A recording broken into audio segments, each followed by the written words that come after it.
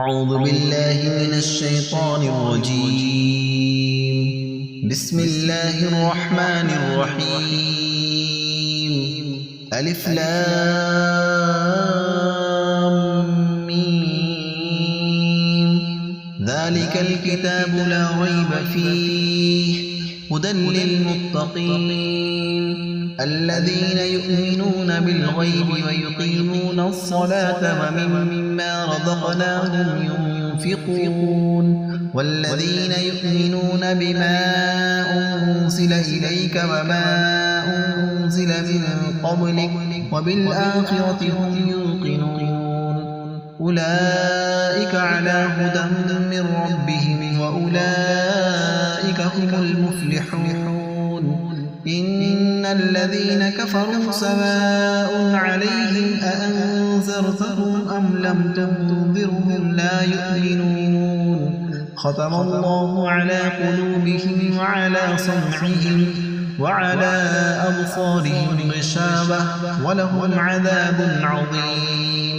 ومن الناس من يقول آمنا بالله وباليوم الآخر وما هم بمؤمنين يخادعون الله والذين آمنوا وما يخدعون إلا أنفسهم وما يشعرون. في قلوبهم مرض فزادهم الله مرضا ولهم عذاب أليم بما كانوا يكذبون. وإذا قيل لهم لا تفسدوا في الأرض قالوا إنما نحن مصلحون ألا إنهم هم المفسدون ولكن لا يشعرون. وإذا قيل لهم آمنوا كما آمن الناس قالوا أنؤمن كما آمن السفهاء ألا إنهم هم السفهاء ولكن لا يعلمون. وإذا لقوا الذين آمنوا قالوا آمنا وإذا خلوا إلى شياطينهم قالوا إنا معكم إنما نحن مستهزئون. الله يستهزئ بهم ويمدهم في طغيانهم يعمهون. أولئك الذين اشتروا الضلالة بالهدى فما ربحت تجارتهم وما كانوا مهتدين. مثلهم كمثل الذي استوقد نارا فلما أضاءت ما حوله ذهب الله بنورهم وتركهم في ظلمات لا يبصرون. ثم بكم عمي فهم لا يرجعون. أو كصيب من السماء فيه ظلمات ورعد وبرق يجعلون أصابعهم في آذانهم من الصواعق حذر الموت والله محيط بالكافرين. يكاد البرق يخطف أبصارهم كلما أضاء لهم مشوا فيه وإذا أظلم عليهم قاموا ولو شاء الله لذهب بسمعهم وأبصارهم إن الله على كل شيء قدير. يا أيها الناس اعبدوا ربكم الذي خلقكم والذين من قبلكم لعلكم تتقون. الذي جعل لكم الأرض فراشا والسماء بناء وأنزل من السماء ماء فأخرج به من الثمرات رزقا لكم فلا تجعلوا لله أندادا وأنتم تعلمون. وإن كنتم في ريب مما نزلنا على عبدنا فأتوا بسورة من مثله وادعوا شهداءكم من دون الله إن كنتم صادقين. فإن لم تفعلوا ولن تفعلوا فاتقوا النار التي وقودها الناس والحجارة أعدت للكافرين. وبشر الذين آمنوا وعملوا الصالحات أن لهم جنات تجري من تحتها الأنهار كلما رزقوا منها من ثمرة رزقا قالوا هذا الذي رزقنا من قبل وأتوا به متشابها ولهم فيها أزواج مطهرة وهم فيها خالدون إن الله لا يستحيي أن يضرب مثلا ما بعوضة فما فوقها فأما الذين آمنوا فيعلمون أنه الحق من ربهم وأما الذين كفروا فيقولون ماذا أراد الله بهذا مثلا يضل به كثيرا ويهدي به كثيرا وما يضل به إلا الفاسقين الذين ينقضون عهد الله من بعد ميثاقه ويقطعون ما أمر الله به أن يوصل ويفسدون في الأرض أولئك هم الخاسرون كيف تكفرون بالله وكنتم أمواتا فأحياكم ثم يميتكم ثم يحييكم ثم إليه ترجعون هو الذي خلق لكم ما في الأرض جميعا ثم استوى إلى السماء فسواهن 7 سماوات وهو بكل شيء عليم وإذ قال ربك للملائكة إني جاعل في الأرض خليفة قالوا وتجعل فيها من يفسد فيها ويسفك الدماء ونحن نسبح بحمدك ونقدس لك قال إني أعلم ما لا تعلمون وعلم آدم الأسماء كلها ثم عرضهم على الملائكة فقال أنبئوني بأسماء هؤلاء إن كنتم صادقين قالوا سبحانك لا علم لنا إلا ما علمتنا إنك أنت العليم الحكيم قال يا آدم أنبئهم بأسمائهم فلما أنبأهم بأسمائهم قال ألم أقل لكم إني أعلم غيب السماوات والأرض وأعلم ما تبدون وما كنتم تكتمون وإذ قلنا للملائكة اسجدوا لآدم فسجدوا إلا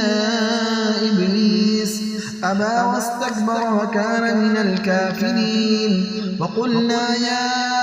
آدم اسكن أنت وزوجك الجنة وكلا منها رغدا حيث شئتما ولا تقربا هذه الشجرة فتكونا من الظالمين فأضلهما الشيطان عنها فأخرجهما مما كانا فيه وقلنا اهبطوا بعضكم لبعض عدو ولكم في الأرض مستقر ومتاع إلى حين فتلقى آدم من ربه كلمات فتاب عليه إنه هو التواب الرحيم قل اهبطوا منها جميعا فإما يأتينكم مني هدى فمن تبع هداي فلا خوف عليهم ولا هم يحزنون والذين كفروا وكذبوا بآياتنا أولئك أصحاب النار هم فيها خالدون يا بني إسرائيل اذكروا نعمتي التي أنعمت عليكم وأوفوا بعهدي أوف بعهدكم وإياي فارهبون وآمنوا بما أنزلت مصدقا لما معكم ولا تكونوا أول كافر به ولا تشتروا بآياتي ثمنا قليلا وإياي فاتقون ولا تلبسوا الحق بالباطل وتكتموا الحق وأنتم تعلمون وأقيموا الصلاة وآتوا الزكاة واركعوا مع الراكعين أتأمرون الناس بالبر وتنسون أنفسكم وأنتم تتلون الكتاب أفلا تعقلون واستعينوا بالصبر والصلاة وإنها لكبيرة إلا على الخاشعين الذين يظنون أنهم ملاقو ربهم وأنهم إليه راجعون يا بني إسرائيل اذكروا نعمتي التي أنعمت عليكم وأني فضلتكم على العالمين واتقوا يوما لا تجزي نفس عن نفس شيئا ولا يقبل منها شفاعة ولا يؤخذ منها عدل ولا هم ينصرون وإذ نجيناكم من آل فرعون يسومونكم سوء العذاب يذبحون أبناءكم ويستحيون نساءكم وفي ذلكم بلاء من ربكم عظيم وإذ فرقنا بكم البحر فأنجيناكم وأغرقنا آل فرعون وأنتم تنظرون وإذ واعدنا موسى 40 ليلة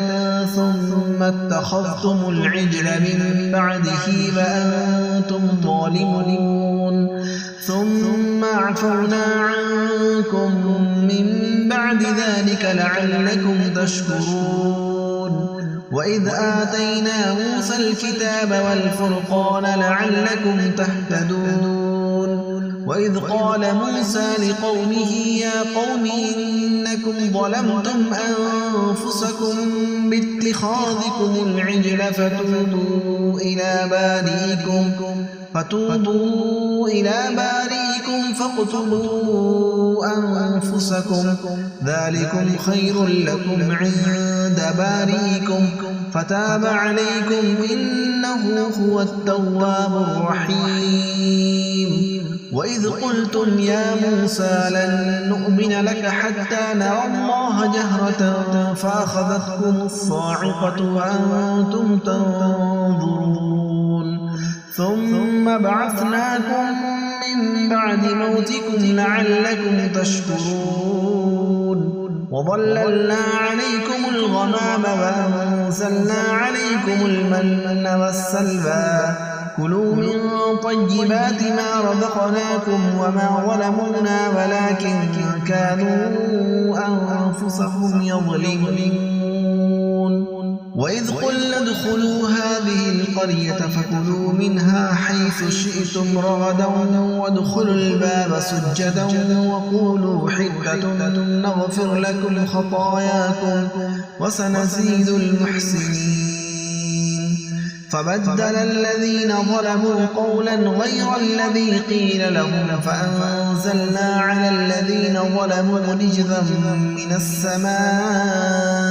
بما كانوا يفسقون وإذ استسقى موسى لقومه فقلنا اضرب بعصاك الحجر فانفجرت من 12 عينا قد علم كل أناس مشربهم كلوا واشربوا من رزق الله ولا تعثوا في الأرض مفسدين وإذ قلتم يا موسى لن نصبر على طعام واحد فادع لنا ربك يخرج لنا مما تنبت الأرض من بقلها وقثائها وفومها وعدسها وبصلها قال تستبدلون الذي هو أدنى بالذي هو خير اهبطوا مصرا فإن لكم ما سألتم وضربت عليهم الذلة والمسكنة وباءوا بغضب من الله ذلك بأنهم كانوا يكفرون بآيات الله ويقتلون النبيين بغير الحق ذلك بما عصوا وكانوا يعتدون إن الذين آمنوا والذين هادوا والنصارى والصابئين من آمن بالله واليوم الآخر وعمل صالحا فلهم أجرهم عند ربهم ولا خوف عليهم ولا هم يحزنون وإذ أخذنا ميثاقكم ورفعنا فوقكم الطور خذوا ما آتيناكم بقوة واذكروا ما فيه لعلكم تتقون ثم توليتم من بعد ذلك فلولا فضل الله عليكم ورحمته لكنتم من الخاسرين ولقد علمتم الذين اعتدوا منكم في السبت فقلنا لهم كونوا قردة خاسئين فجعلناها نكالا لما بين يديها وما خلفها وموعظة للمتقين وإذ قال موسى لقومه إن الله يأمركم أن تذبحوا بقرة قالوا وتتخذنا هزوا قال أعوذ بالله أن أكون من الجاهلين قالوا ادع لنا ربك يبين لنا ما هي قال إنه يقول إنها بقرة لا فارض ولا بكر عوان بين ذلك فافعلوا ما تؤمرون قالوا ادع لنا ربك يبين لنا ما لونها قال إنه يقول إنها بقرة صفراء فاقع لونها تسر الناظرين قالوا ادع لنا ربك يبين لنا ما هي إن البقرة شابه علينا وإنا إن شاء الله لمهتدون قال إنه يقول إنها بقرة لا ظلول تثير الأرض ولا تسقي الحرث مسلمة لا شية فيها قالوا الآن جئت بالحق فذبحوها وما كادوا يفعلون وإذ قتلتم نفسا فادارأتم فيها والله مخرج ما كنتم تكتمون فقلنا اضربوه ببعضها كذلك يحيي الله الموتى ويريكم آياته لعلكم تعقلون ثم قست قلوبكم من بعد ذلك فهي كالحجارة أو أشد قسوة وإن من الحجارة لما يتفجر منه الأنهار وإن منها لما يشقق فيخرج منه الماء وإن منها لما يحبط من خشية الله وما الله بغافل عما تعملون أفتطمعون أن يؤمنوا لكم وقد كان فريق منهم يسمعون كلام الله ثم يحرفونه من بعد ما قالوه وهم يعلمون وإذا لقوا الذين آمنوا قالوا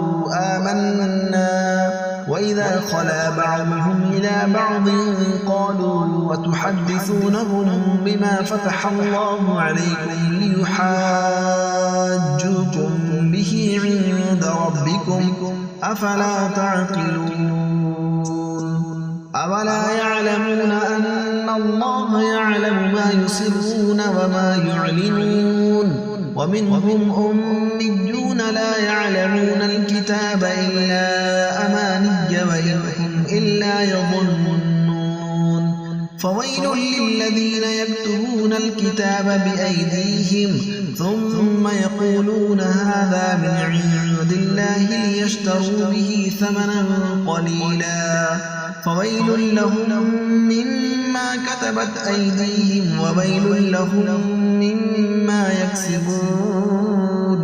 وقالوا لن تمسنا النار إلا أياما معدودة قل أتخذتم عند الله عهدا فلن يخلف الله عهده وم تقولون على الله ما لا تعلمون. بلى من كسب سيئة وأحاطت به خطيئته فأولئك أصحاب النار هم فيها خالدون. والذين آمنوا وعملوا الصالحات أولئك أصحاب الجنة هم فيها خالدون. وإذ أخذنا ميثاق بني إسرائيل لا تعبدون إلا الله وبالوالدين إحسانا وذي القربى واليتامى والمساكين وقولوا للناس حسنا وأقيموا الصلاة وآتوا الزكاة ثم توليتم إلا قليلا منكم وأنتم معرضون. وإذ أخذنا ميثاقكم لا تسفكون دماءكم ولا تخرجون أنفسكم من دياركم ثم أقررتم وأنتم تشهدون. ثم أنتم هؤلاء تقتلون أنفسكم وتخرجون فريقا منكم من ديارهم تظاهرون عليهم بالإثم والعدوان وإن يأتوكم أسارى تفادوهم وهو محرم عليكم إخراجهم أفتؤمنون ببعض الكتاب وتكفرون ببعض فما جزاء من يفعل ذلك منكم إلا خزي في الحياة الدنيا ويوم القيامة يردون إلى أشد العذاب وما الله بغافل عما تعملون. أولئك الذين اشتروا الحياة الدنيا بالآخرة فلا يخفف عنهم العذاب ولا هم ينصرون. ولقد آتينا موسى الكتاب وقفينا من بعده بالرسل وآتينا عيسى ابن مريم البينات وأيدناه بروح القدس أفكلما جاءكم رسول بما لا تهوى أنفسكم استكبرتم ففريقا كذبتم وفريقا تقتلون. وقالوا قلوبنا غلف بل لعنهم الله بكفرهم فقليلا ما يؤمنون. ولما جاءهم كتاب من عند الله مصدق لما معهم وكانوا من قبل يستفتحون على الذين كفروا فلما جاءهم ما عرفوا كفروا به فلعنة الله على الكافرين. بئس ما اشتروا به أنفسهم أن يكفروا بما أنزل الله بغيا أن ينزل الله من فضله على من يشاء من عباده فباءوا بغضب على غضب وللكافرين عذاب مهين. وإذا قيل لهم آمنوا بما أنزل الله قالوا نؤمن بما أنزل علينا ويكفرون بما وراءه وهو الحق مصدقا لما معهم قل فلم تقتلون أنبياء الله من قبل إن كنتم مؤمنين. ولقد جاءكم موسى بالبينات ثم اتخذتم العجل من بعده وأنتم ظالمون. وإذ أخذنا ميثاقكم ورفعنا فوقكم الطور خذوا ما آتيناكم بقوة واسمعوا قالوا سمعنا وعصينا فأشربوا في قلوبهم العجل بكفرهم قل بئس ما يأمركم به إيمانكم إن كنتم مؤمنين قل إن كانت لكم الدار الآخرة عند الله خالصة من دون الناس فتمنوا الموت إن كنتم صادقين ولن يتمنوه أبدا بما قدمت أيديهم والله عليم بالظالمين ولتجدنهم أحرص الناس على حياة ومن الذين أشركوا يود أحدهم لو يعمر 1000 سنة وما هو بمزحزحه من العذاب أن يعمر والله بصير بما يعملون قل من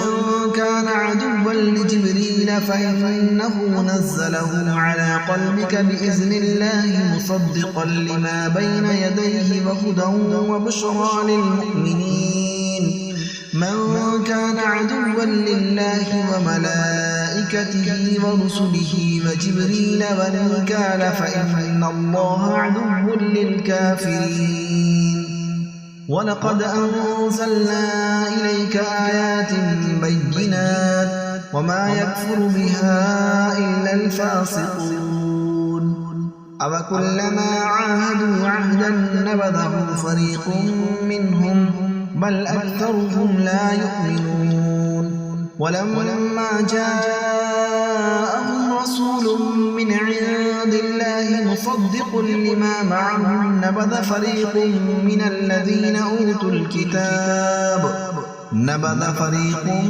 الذين أوتوا الكتاب كتاب الله وراء ظهورهم كأنهم لا يعلمون واتبعوا ما تتلو الشياطين على ملك سليمان وما كفر سليمان ولكن الشياطين كفروا يعلمون الناس السحر وما أنزل على الملكين ببابل هاروت وماروت وما يعلمان من أحد حتى يقولا إنما نحن فتنة فلا تكفر ويتعلمون منهما ما يفرقون به بين المرء وزوجه وما هم بضارين به من أحد إلا بإذن الله ويتعلمون ما يضرهم ولا ينفعهم ولقد علموا لمن اشتراه ما له في الآخرة من خلاق ولبئس ما شروا به أنفسهم لو كانوا يعلمون ولو أنهم آمنوا واتقوا لمثوبة من عند الله خير لو كانوا يعلمون يا أيها الذين آمنوا لا تقولوا راعنا وقولوا انظرنا واسمعوا وللكافرين عذاب أليم ما يود الذين كفروا من أهل الكتاب ولا المشركين أن ينزل عليكم من خير من ربكم والله يختص برحمته من يشاء والله ذو الفضل العظيم ما ننسخ من آية أو ننسها نأتي بخير منها أو مثلها ألم تعلم أن الله على كل شيء قدير ألم تعلم أن الله له ملك السماوات والأرض وما لكم من دون الله من ولي ولا نصير أم تريدون أن تسألوا رسولكم كما سئل موسى من قبل ومن يتبدل الكفر بالإيمان فقد ضل سواء السبيل ود كثير من أهل الكتاب لو يردونكم من بعد إيمانكم كفارا حسدا من عند أنفسهم من بعد ما تبين لهم الحق فاعفوا واصفحوا حتى يأتي الله بأمره إن الله على كل شيء قدير وأقيموا الصلاة وآتوا الزكاة وما تقدموا لأنفسكم من خير تجدوه عند الله إن الله بما تعملون بصير. وقالوا لن يدخل الجنة إلا من كان هودا أو نصارى تلك أمانيهم قل هاتوا برهانكم إن كنتم صادقين بلى من أسلم وجهه لله وهو محسن فله أجره عند ربه ولا خوف عليهم ولا هم يحزنون. وقالت اليهود ليست النصارى على شيء وقالت النصارى ليست اليهود على شيء وهم يتلون الكتاب كذلك قال الذين لا يعلمون مثل قولهم فالله يحكم بينهم يوم القيامة فيما كانوا فيه يختلفون. ومن أظلم ممن منع مساجد الله أن يذكر فيها اسمه وسعى في خرابها أولئك ما كان لهم أن يدخلوها إلا خائفين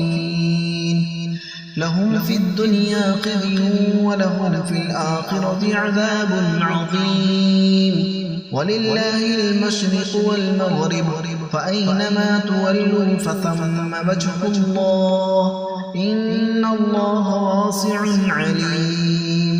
وقالوا اتخذ الله ولدا سبحانه بل له ما في السماوات والأرض كل له قانتون بديع السماوات والأرض وإذا قضى أمرا فإنما يقول له كن فيكون.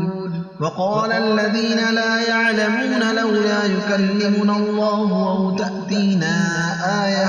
كذلك قال الذين من قبلهم مثل قولهم تشابهت قلوبهم قد بينا الآيات لقوم يوقنون. إنا أرسلناك بالحق بشيرا ونذيرا ولا تسأل عن أصحاب الجحيم. ولن ترضى عنك اليهود ولا النصارى حتى تتبع ملتهم قل إن هدى الله هو الهدى ولئن اتبعت أهواءهم بعد الذي جاءك من العلم ما لك من الله من ولي ولا نصير. الذين آتيناهم الكتاب يتلونه حق تلاوته أولئك يؤمنون به ومن يكفر به فأولئك هم الخاسرون. يا بني إسرائيل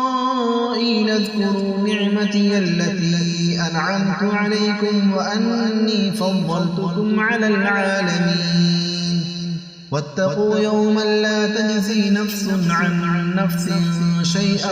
ولا يقبل منها عدل ولا تنفعها شفاعة ولا هم ينصرون. وإذ ابتلى إبراهيم ربه بكلمات فأتمهن قال إني جاعلك للناس إماما قال ومن ذريتي قال لا ينال عهد الظالمين. وإذ جعلنا البيت مثابة للناس وأمنا واتخذوا من مقام إبراهيم مصلى وعهدنا إلى إبراهيم وإسماعيل أن طهرا بيتي للطائفين والعاكفين والركع السجود. وإذ قال إبراهيم رب اجعل هذا بلدا آمنا وارزق أهله من الثمرات من آمن منهم بالله واليوم الآخر قال ومن كفر فأمتعه قليلا ثم أضطره إلى عذاب النار وبئس المصير. وإذ يرفع إبراهيم القواعد من البيت وإسماعيل ربنا تقبل منا إنك أنت السميع العليم ربنا واجعلنا مسلمين لك ومن ذريتنا أمة مسلمة لك وأرنا مناسكنا وتب علينا إنك أنت التواب الرحيم ربنا وابعث فيهم رسولا منهم يتلو عليهم آياتك ويعلمهم الكتاب والحكمة ويزكيهم إنك أنت العزيز الحكيم ومن يرغب عن ملة إبراهيم إلا من سفه نفسه ولقد اصطفيناه في الدنيا وإنه في الآخرة لمن الصالحين إذ قال له ربه أسلم قال أسلمت لرب العالمين ووصى بها إبراهيم بنيه ويعقوب يا بني إن الله اصطفى لكم الدين فلا تموتن إلا وأنتم مسلمون أم كنتم شهداء إذ حضر يعقوب الموت إذ قال لبنيه ما تعبدون من بعدي قالوا نعبد إلهك وإله آبائك إبراهيم وإسماعيل وإسحاق إلها واحدا ونحن له مسلمون تلك أمة قد خلت لها ما كسبت ولكم ما كسبتم ولا تسألون عما كانوا يعملون وقالوا كونوا هودا أو نصارى تهتدوا قل بل ملة إبراهيم حنيفا وما كان من المشركين قولوا آمنا بالله وما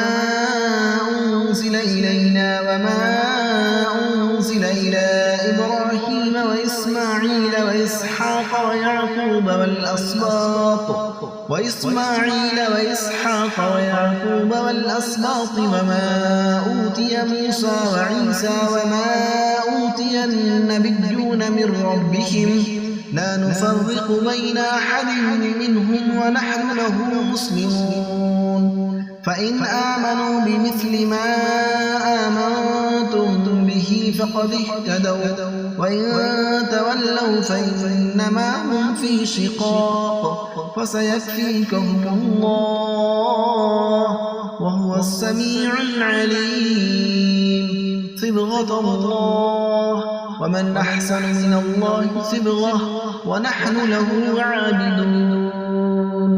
قل أتحاجوننا في الله وهو ربنا وربكم ولنا أعمالنا ولكم أعمالكم ونحن له مخلصون أم تقولون إن إبراهيم وإسماعيل وإسحاق ويعقوب والأسباط كانوا هودا أو نصارى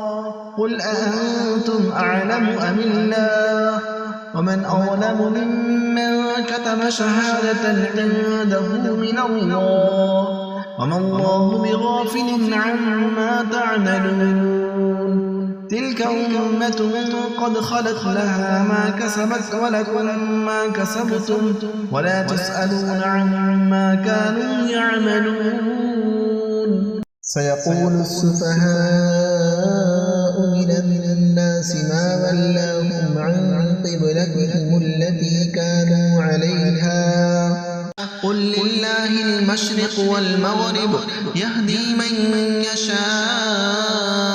إلى صراط مستقيم وكذلك جعلناكم أمة وسطا لتكونوا شهداء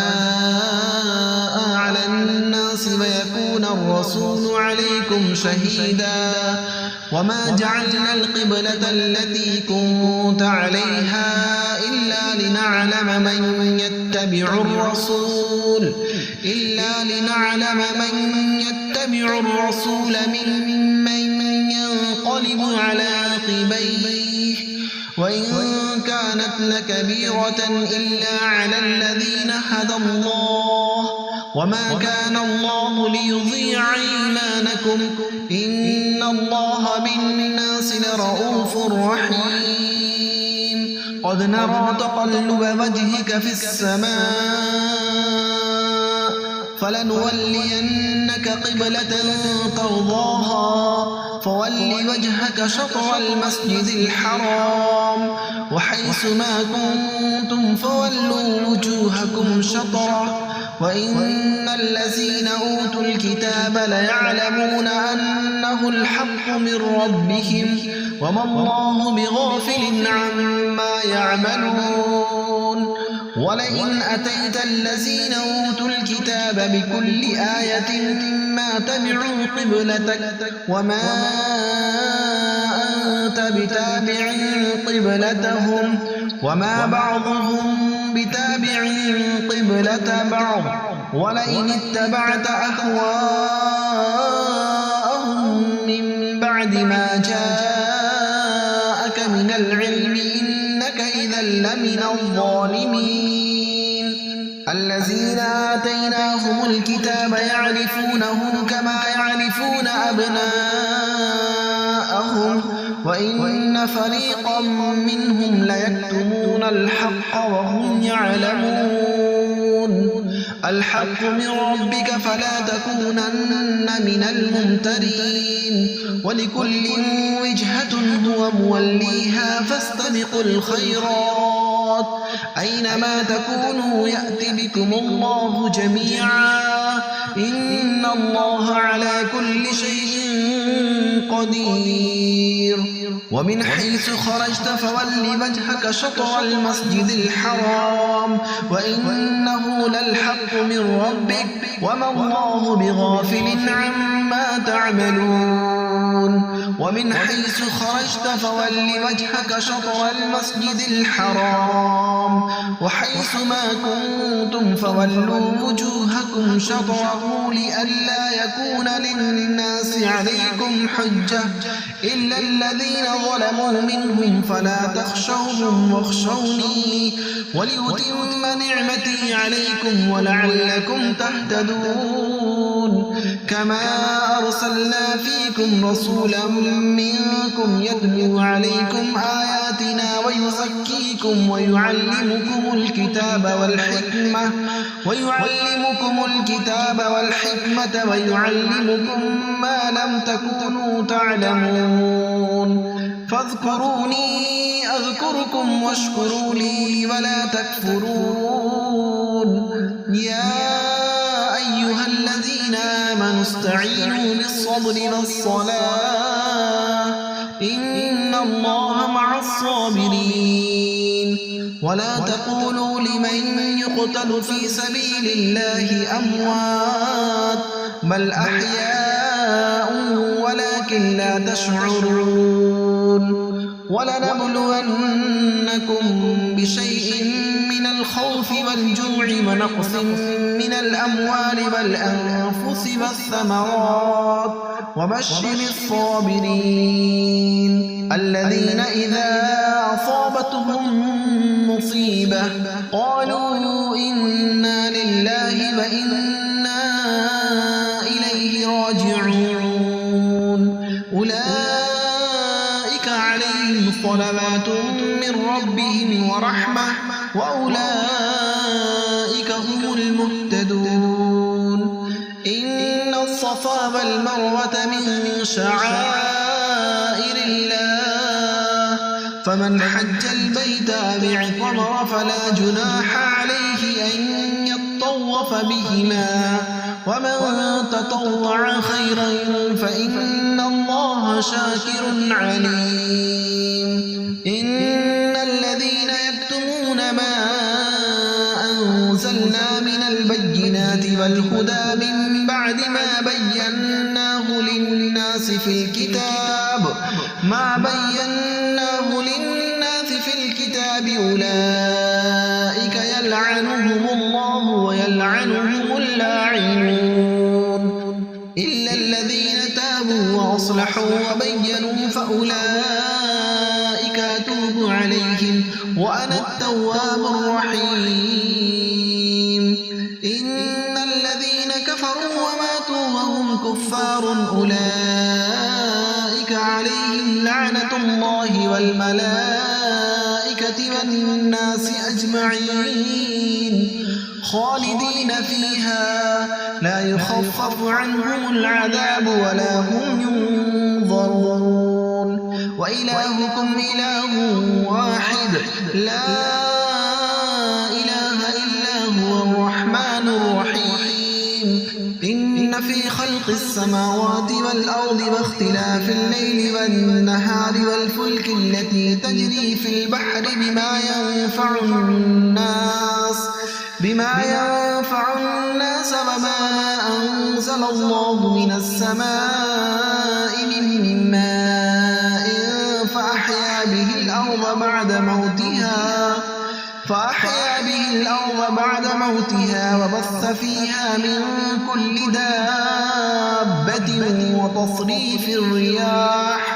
وتصريف الرياح والسحاب المسخر بين السماء والأرض لآيات لقوم يعقلون ومن الناس من يتخذ من دون الله أندادا يحبونهم كحب الله والذين آمنوا أشد حبا لله ولو يرى الذين ظلموا إذ يرون العذاب أن القوة لله جميعا وأن الله شديد العذاب إذ تبرأ الذين اتبعوا من الذين اتبعوا ورأوا العذاب وتقطعت بهم الأسباب وقال الذين اتبعوا لو أن لنا كرة فنتبرأ منهم كما تبرأوا منا كذلك يريهم الله أعمالهم حسرات عليهم وما هم بخارجين من النار يا أيها الناس كلوا مما في الأرض حلالا طيبا ولا تتبعوا خطوات الشيطان إنه لكم عدو مبين إنما يأمركم بالسوء والفحشاء وأن تقولوا على الله ما لا تعلمون وإذا قيل لهم اتبعوا ما أنزل الله قالوا بل نتبع ما ألفينا عليه آباءنا أولو كان آباؤهم لا يعقلون شيئا ولا يهتدون ومثل الذين كفروا كمثل الذي ينعق بما لا يسمع إلا دعاء ونداء ثم بكم عمي فهم لا يعقلون يا أيها الذين آمنوا كلوا من طيبات ما رزقناكم واشكروا لله إن كنتم إياه تعبدون إنما حرم عليكم الميتة والدم ولحم الخنزير وما أهل به لغير الله فمن اضطر غير باغ ولا عاد فلا إثم عليه إن الله غفور رحيم إن الذين يكتمون ما أنزل الله من الكتاب ويشترون به ثمنا قليلا أولئك ما يأكلون في بطونهم إلا النار ولا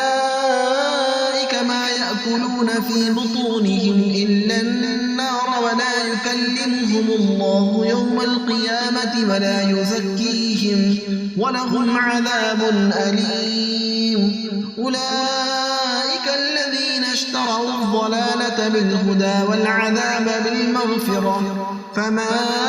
أصبرهم على النار ذلك بأن الله نزل الكتاب بالحق وإن الذين اختلفوا في الكتاب لفي شقاق بعيد ليس البر أن تولوا وجوهكم قبل المشرق والمغرب ولكن البر من آمن بالله واليوم الآخر والملائكة والكتاب والنبيين وآتى المال على حبه ذوي القربى واليتامى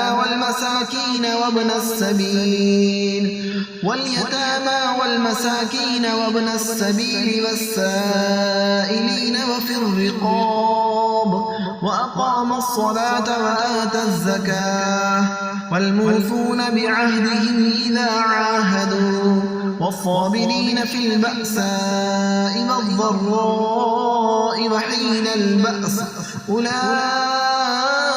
الذين صدقوا وأولئك هم المتقون. يا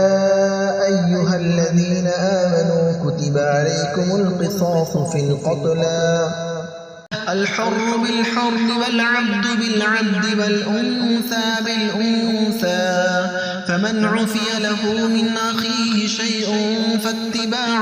بالمعروف وأداء إليه بإحسان ذلك تخفيف من ربكم ورحمة فمن اعتدى بعد ذلك فله عذاب أليم. ولكم في القصاص حياة يا أولي الألباب لعلكم تتقون. كتب عليكم إذا حضر أحدكم الموت إن ترك خيرا الوصية للوالدين والأقربين بالمعروف حقا على المتقين فمن بدله بعدما سمعه فإنما إثمه على الذين يبدلونه إن الله سميع عليم. فمن خاف من موص جنفا أو إثما فأصلح بينهم فلا إثم عليه إن الله غفور رحيم. يا أيها الذين آمنوا كتب عليكم الصيام كما كتب على الذين من قبلكم لعلكم تتقون أياما معدودات فمن كان منكم مريضا أو على سفر فعدة من أيام أخر وعلى الذين يطيقونه فدية طعام مسكين فمن تطوع خيرا فهو خير له وأن تصوموا خير لكم إن كنتم تعلمون. شهر رمضان الذي أنزل فيه القرآن هدى للناس وبينات من الهدى والفرقان فمن شهد منكم الشهر فليصم ومن كان مريضا أو على سفر فعدة من أيام أخر يريد الله بكم اليسر ولا يريد بكم العسر ولتكملوا العدة ولتكبروا الله على ما هداكم ولعلكم تشكرون.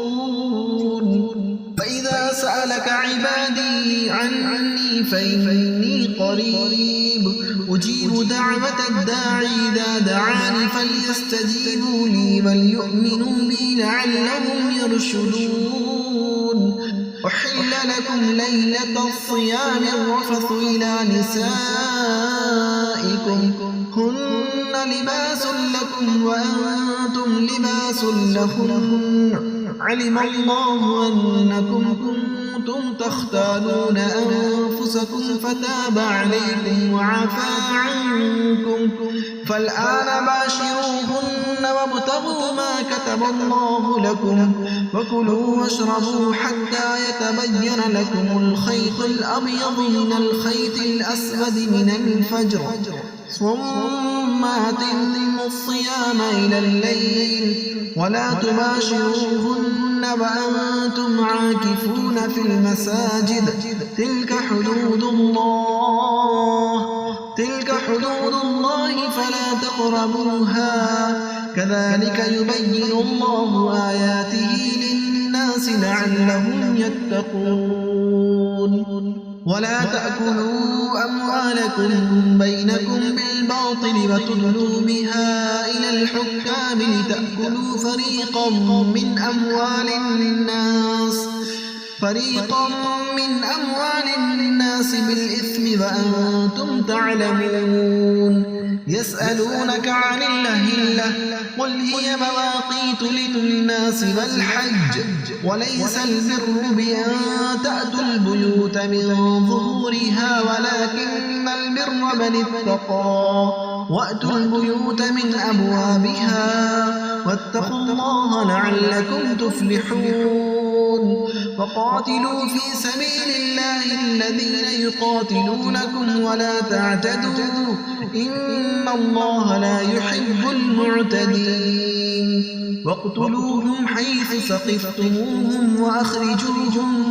من حيث أخرجوكم والفتنة أشد من القتل ولا تقاتلوهم عند المسجد الحرام حتى يقاتلوكم فيه فإن قاتلوكم فاقتلوهم كذلك جزاء الكافرين فإن انتهوا فإن الله غفور رحيم وقاتلوهم حتى لا تكون فتنة ويكون الدين لله فإن انتهوا فلا عدوان إلا على الظالمين الشهر الحرام بالشهر الحرام والحرمات قصاص فمن اعتدى عليكم فاعتدوا عليه بمثل ما اعتدى عليكم واتقوا الله واعلموا أن الله مع المتقين وأنفقوا في سبيل الله ولا تلقوا بأيديكم إلى التهلكة وأحسنوا إن الله يحب المحسنين وأتموا الحج والعمرة لله فإن أحصرتم فما استيسر من الهدي ولا تحلقوا رؤوسكم حتى يبلغ الهدي محله فمن كان منكم مريضا أو به أذى من رأسه ففدية من صيام أو صدقة أو نسك فإذا أمنتم فمن تمتع بالعمرة إلى الحج فما استيسر من الهدي فمن لم يجد فصيام 3 أيام في الحج و7 إذا رجعتم تلك 10 كاملة ذلك لمن لم يكن أهله حاضر المسجد الحرام واتقوا الله واعلموا أن الله شديد العقاب الحج أشهر معلومات فمن فرض فيهن الحج فلا رفث ولا فسوق ولا جدال في الحج وما تفعلوا من خير يعلمه الله وتزودوا فإن خير الزاد التقوى واتقون يا أولي الألباب ليس عليكم جناح أن تبتغوا فضلا من ربكم فإذا أفضتم من عرفات فاذكروا الله عند المشعر الحرام واذكروه كما هداكم وإن كنتم من قبله لمن الضالين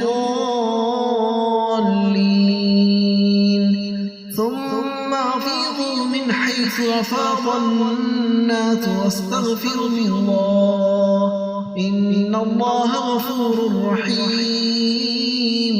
فإذا قضيتم مناسككم فاذكروا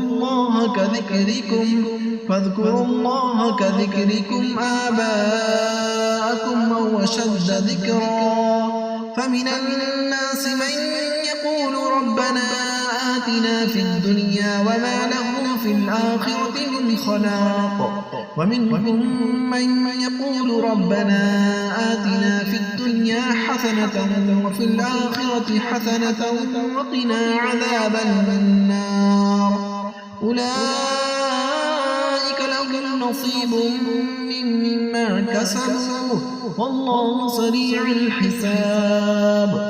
واذكروا الله في أيام معدودات فمن تعجل في يومين فلا إثم عليه ومن تأخر فلا إثم عليه لمن اتقى واتقوا الله واعلموا أنكم إليه تحشرون ومن الناس من يعجبك قوله في الحياة الدنيا ويشهد الله على ما في قلبه وهو ألد الخصام وإذا تولى سعى في الأرض ليفسد فيها ويهلك الحرث والنسل والله لا يحب الفساد وإذا قيل له اتق الله أخذته العزة بالإثم فحسبه جهنم ولبئس المهاد ومن الناس من يشري نفسه ابتغاء مرضات الله والله رؤوف بالعباد يا أيها الذين آمنوا ادخلوا في السلم كافة ولا تتبعوا خطوات الشيطان إنه لكم عدو مبين فإن ضللتم من بعد ما جاءتكم البينات فاعلموا أن الله عزيز حكيم هل ينظرون إلا أن يأتيهم الله في ظلل من الغمام والملائكة وقضي الأمر وإلى الله ترجع الأمور سل بني إسرائيل كم آتيناهم من آية بينة ومن يبدل نعمة الله من بعد ما جاءته فإن الله شديد العقاب زين للذين كفروا الحياة الدنيا ويسخرون من الذين آمنوا والذين اتقوا فوقهم يوم القيامة والله يرزق من يشاء بغير حساب كان الناس أمة واحدة فبعث الله النبيين مبشرين ومنذرين وأنزل معهم الكتاب بالحق ليحكم بين الناس فيما اختلفوا فيه وما اختلف فيه إلا الذين أوتوه من بعد ما جاءتهم البينات بغيا بينهم فهدى الله الذين آمنوا لما اختلفوا فيه من الحق بإذنه والله يهدي من يشاء إلى صراط مستقيم أم حسبتم أن تدخلوا الجنة ولما يأتكم مثل الذين خلوا من قبلكم مستهم البأساء والضراء وزلزلوا حتى يقول الرسول والذين آمنوا معه متى نصر الله ألا إن نصر الله قريب يسألونك ماذا ينفقون قل ما أنفقتم من خير فللوالدين والأقربين واليتامى والمساكين وابن السبيل وما تفعلوا من خير فإن الله به عليم كتب عليكم القتال وهو كره لكم وعسى أن تكرهوا شيئا وهو خير لكم وعسى أن تحبوا شيئا وهو شر لكم والله يعلم وأنتم لا تعلمون يسألونك عن الشهر الحرام قتال فيه قل قتال فيه كبير وصد عن سبيل الله وكفر به والمسجد الحرام وإخراج أهله منه أكبر عند الله والفتنة أكبر من القتل ولا يزالون يقاتلونكم حتى يردوكم عن دينكم إن استطاعوا ومن يرتد منكم عن دينه فيمت وهو كافر فأولئك حبطت حبطت أعمالهم في الدنيا والآخرة وأولئك أصحاب النار هم فيها خالدون. إن الذين آمنوا والذين هاجروا وجاهدوا في سبيل الله أولئك يرجون رحمة الله والله غفور رحيم. يسألونك عن الخمر والميسر قل فيهما إثم كبير ومنافع للناس وإثمهما أكبر من نفعهما ويسألونك ماذا ينفقون قل العفو كذلك يبين الله لكم الآيات لعلكم تتفكرون في الدنيا والآخرة. ويسألونك عن اليتامى قل إصلاح لهم خير وإن تخالطوهم فإخوانكم والله يعلم المفسد من المصلح ولو شاء الله لأعنتكم إن الله عزيز حكيم. ولا تنكحوا المشركات حتى يؤمنن ولأمة مؤمنة خير من مشركة ولو أعجبتكم ولا تنكحوا المشركين حتى يؤمنوا ولعبد مؤمن خير من مشرك ولو أعجبكم أولئك يدعون إلى النار والله يدعو إلى الجنة والمغفرة بإذنه ويبين آياته للناس لعلهم يتذكرون. ويسألونك عن المحيض قل هو أذى فاعتزلوا النساء في المحيض ولا تقربوهن حتى يطهرن فإذا تطهرن فأتوهن من حيث أمركم الله إن الله يحب التوابين ويحب المتطهرين. نساؤكم حرث لكم فأتوا حرثكم أنى شئتم وقدموا لأنفسكم واتقوا الله واعلموا أنكم ملاقوه وبشر المؤمنين. ولا تجعلوا الله عرضة لأيمانكم أن تبروا وتتقوا وتصلحوا بين الناس والله سميع عليم. لا يؤاخذكم الله باللغو في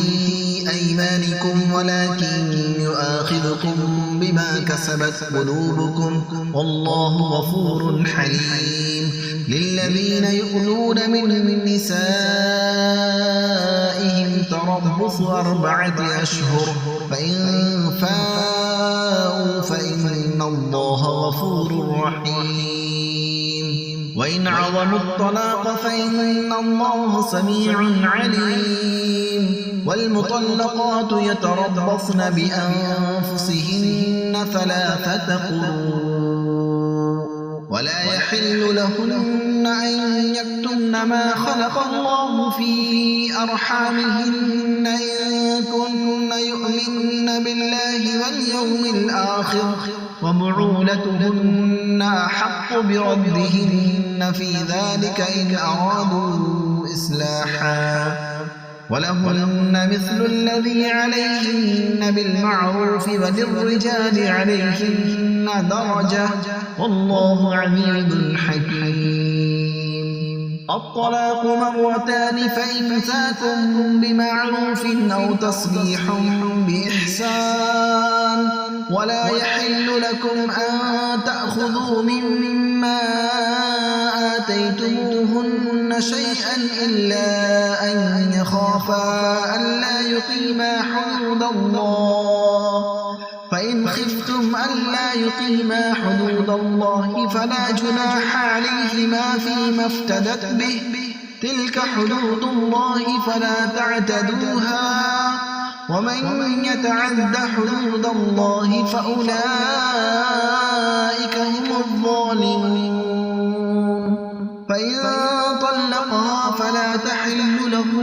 بعد حتى تنكح زوجا غيره، فإن طلقها فلا جناح عليهما أن يتراجعا إن ظنا أن يقيما حدود الله، وتلك حدود الله يبينها لقوم يعلمون. وإذا طلقتم النساء فبلغن أجلهن فأمسكوهن بمعروف أو سرحوهن بمعروف ولا تمسكوهن ضرارا لتعتدوا، ومن يفعل ذلك فقد ظلم نفسه. ولا تتخذوا آيات الله هزوا واذكروا نعمة الله عليكم وما أنزل عليكم من الكتاب والحكمة يعظكم به، واتقوا الله واعلموا أن الله بكل شيء عليم. وإذا طلقتم النساء فبلغن أجلهن فلا تعضلوهن أن ينكحن أزواجهن إذا تراضوا بينهم بالمعروف، ذلك يوعظ به من كان منكم يؤمن بالله واليوم الآخر، ذلكم أزكى لكم وأطهر، والله يعلم وأنتم لا تعلمون. والوالدات يرضعن أولادهن حولين كاملين لمن أراد أن يتم الرضاعة، وعلى المولود له رزقهن وكسوتهن بالمعروف،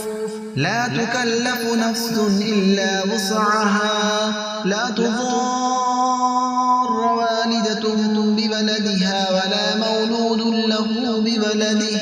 وعلى الوارث مثل ذلك، فإن أرادا فصالا عن تراض منهما وتشاور فلا جناح عليهما. وإن أردتم أن تسترضعوا أولادكم فلا جناح عليكم إذا سلمتم ما آتيتم بالمعروف، واتقوا الله واعلموا أن الله بما تعملون بصير. والذين يتوفون منكم ويذرون أزواجا يتربصن بأنفسهن 4 أشهر و10، فإذا بلغن أجلهن فلا جناح عليكم فيما فعلن في أنفسهن بالمعروف، والله بما تعملون خبير.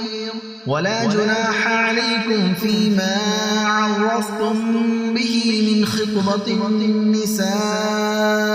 أو أكننتم في أنفسكم، علم الله أنكم ستذكرونهن ولكن لا تواعدوهن سرا إلا أن تقولوا قولا معروفا، ولا تعظموا عقدة النكاح حتى يبلغ الكتاب أجله، واعلموا أن الله يعلم ما في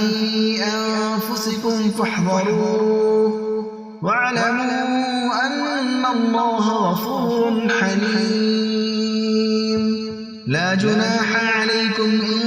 طلقتم النساء ما لم تمسوهن أو تفرضوا لهن فريضة، ومتعوهن على الموسع قدره وعلى المقتر قدره متاعا بالمعروف حقا على المحسنين. وإن طلقتموهن من قبل أن تمسوهن وقد فرضتم لهن فريضة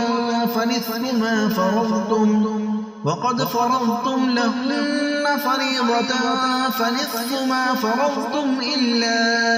أن يعفون أو يعفو الذي بيده عقدة النكاح، وأن تعفوا أقرب للتقوى ولا تنسوا الفضل بينكم إن الله بما تعملون بصير حافظوا على الصلوات والصلاة الوسطى وقوموا لله قانتين فإن خفتم فرجالا أو ركبانا فإذا أمنتم فاذكروا الله كما علمكم ما لم تكونوا تعلمون والذين يتوفون منكم ويذرون أزواجا وصية لأزواجهم متاعا إلى الحول غير إخراج فإن خرجن فلا جناح عليكم فيما فعلن في أنفسهن من معروف والله عزيز حكيم وللمطلقات متاع بالمعروف حقا على المتقين كذلك يبين الله لكم آياته لعلكم تعقلون ألم تر إلى الذين خرجوا من ديارهم وهم ألوف حذر الموت فقال لهم الله موتوا ثم أحياهم إن الله لذو فضل على الناس ولكن أكثر الناس لا يشكرون وقاتلوا في سبيل الله واعلموا أن الله سميع عليم من ذا الذي يقرض الله قرضا حسنا فيضاعفه له أضعافا كثيرة والله يقبض ويبسط وإليه ترجعون ألم تر إلى الملأ من بني إسرائيل من بعد موسى إذ قالوا لنبي له ابعث لنا ملكا نقاتل في سبيل الله قال هل عصيتم إن كتب عليكم القتال ألا تقاتلوا قالوا وما لنا ألا نقاتل في سبيل الله وقد أخرجنا من ديارنا وأبنائنا فلما كتب عليهم القتال تولوا إلا قليلا منهم والله عليم بالظالمين وقال لهم نبيهم إن الله قد بعث لكم طالوت ملكا قالوا أنى يكون له الملك علينا ونحن أحق بالملك منه ولم يؤت سعة من المال قال إن الله اصطفاه عليكم وزاده بسطة في العلم والجسم والله يؤتي ملكه من يشاء والله واسع عليم وقال لهم نبيهم إن آية ملكه أن يأتيكم التابوت فيه سكينة من ربكم وبقية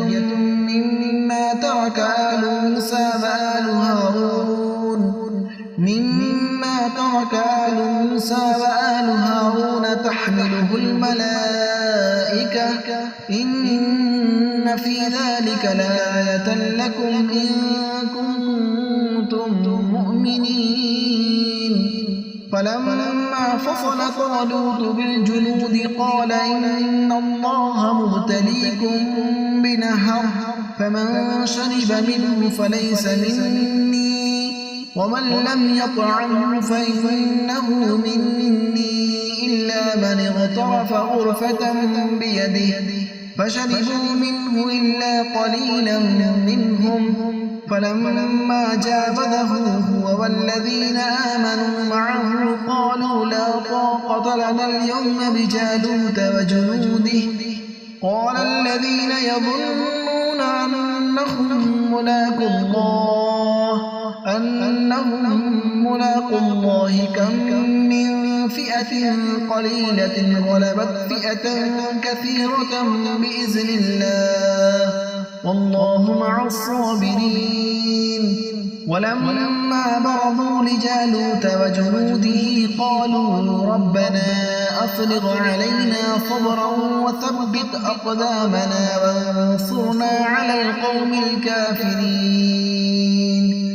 فهزموهم بإذن الله وقتل داود جالوت وآتاه الله الملك والحكمة وعلمه مما يشاء ولولا دفع الله الناس بعضهم ببعض لفسدت الأرض ولكن الله ذو فضل على العالمين تلك آيات الله نتلوها عليك بالحق وإنك لمن المرسلين تلك الرسل فضلنا بعضهم على بعض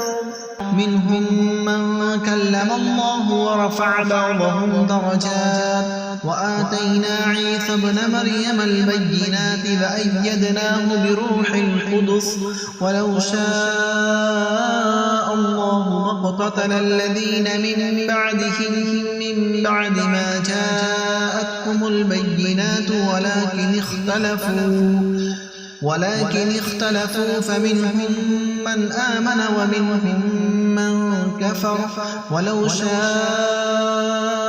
الله ما اقتتلوا ولكن الله يفعل ما يريد يا أيها الذين آمنوا أنفقوا مما رزقناكم من قبل أن يأتي يوم لا بيع فيه ولا خلة ولا شفاعة والكافرون هم الظالمون الله لا إله إلا هو الحي القيوم لا تأخذه سنة ولا نوم له ما في السماوات وما في الأرض من ذا الذي يشفع عنده إلا بإذنه يعلم ما بين أيديهم وما خلفهم ولا يحيطون بشيء من علمه إلا بما شاء وسع كرسيه السماوات والأرض ولا يؤوده حفظهما وهو العلي العظيم لا إكراه في الدين قد تبين الرشد من الغي فمن يكفر بالطاغوت ويؤمن بالله فقد استمسك بالعروة الوثقى لا انفصام لها والله سميع عليم الله ولي الذين آمنوا يخرجهم من الظلمات إلى النور والذين كفروا أولياؤهم الطاغوت يخرجونهم من النور إلى الظلمات أولئك أصحاب النار هم فيها خالدون ألم تر إلى الذي حاج إبراهيم في ربه أن آتاه الله الملك إذ قال إبراهيم ربي الذي يحيي ويميت قال أنا أحيي وأميت قال إبراهيم فإن الله يأتي بالشمس من المشرق فأت بها من المغرب فبهت الذي كفر والله لا يهدي القوم الظالمين أو كالذي مر على قرية وهي خاوية على عروشها قال أنى يحيي هذه الله بعد موتها فأماته الله 100 عام ثم بعثه قال كم لبثت قال لبثت يوما أو بعض يوم قال بل لبثت 100 عام فانظر إلى طعامك وشرابك لم يتسنه وانظر إلى حمارك ولنجعلك آية للناس وانظر إلى العظام كيف ننشدها ثم نكسوها لحما فلما تبين له قال أعلم أن الله على كل شيء قدير وإذ قال إبراهيم رب أرني كيف تحيي الموتى قال أولم تؤمن قال بلى ولكن ليطمئن قلبي قال فخذ 4 من الطير فصرهن إليك ثم اجعل على كل جبل منهن جزءا ثم ادعهن يأتينك سعيا واعلم أن الله عزيز حكيم مثل الذين ينفقون أموالهم في سبيل الله كمثل حبة أنبتت 7 سنابل في كل سنبلة 100 حبة والله يضاعف لمن يشاء والله واسع عليم الذين ينفقون أموالهم في سبيل الله ثم لا يتبعون ما أنفقوا منا ولا أذى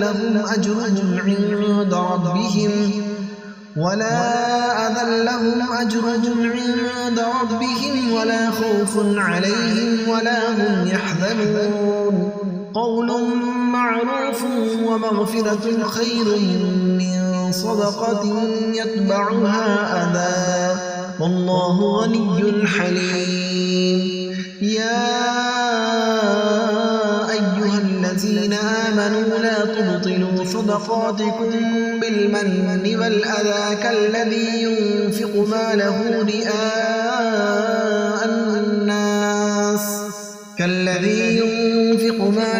رئاء الناس ولا يؤمن بالله واليوم الآخر فمثله كمثل صفوان عليه تراب فأصابه وابل فتركه صلدا لا يقدرون على شيء مما كسبوا والله لا يهدي القوم الكافرين ومثل الذين ينفقون أموالهم ابتغاء مرضات الله وتثبيتا من أنفسهم كمثل جنة بربوة أصابها وابل فآتت أكلها ضعفين فإن لم يصبها وابل فطل والله بما تعملون بصير أيود أحدكم أن تكون له جنة من نخيل وعناب تجري من تحتها الأنهار له فيها من كل الثمرات وأصابه الكبر وله ذرية ضعفاء فأصابها إعصار فيه نار فاحترقت كذلك يبين الله لكم الآيات لعلكم تتفكرون يا أيها الذين آمنوا أنفقوا من طيبات ما كسبتم ومما أخرجنا لكم من الأرض ولا تيمموا الخبيث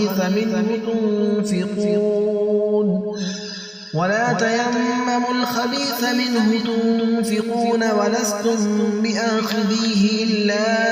أن تغمضوا فيه واعلموا أن الله غني حميد الشيطان يعدكم الفقر ويأمركم بالفحشاء والله يعدكم مغفرة